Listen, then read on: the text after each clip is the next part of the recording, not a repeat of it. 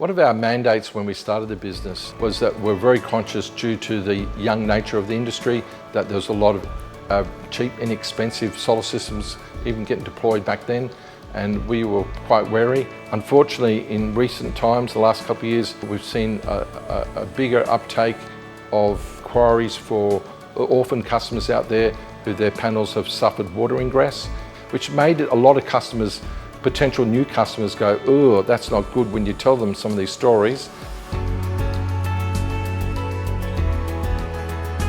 You can't stress enough in regards to the quality that needs to be deployed, and we look at the monetary cost more of a secondary.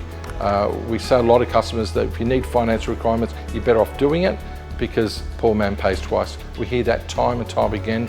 If they can afford to spend a little bit more and make sure they get the right size system that's going to meet their needs, but not only needs of today, but future proofing, because that's very important. It definitely pays to pick the right installer. Over the years, we've experienced firsthand some customers have become orphans, and the so-called cowboy situation has arrived, where they've just made too many shortcuts, used inferior switchgear products. Some of them have been recalled, some have even caught fires. No one wants that. It definitely pays to invest in the higher quality products.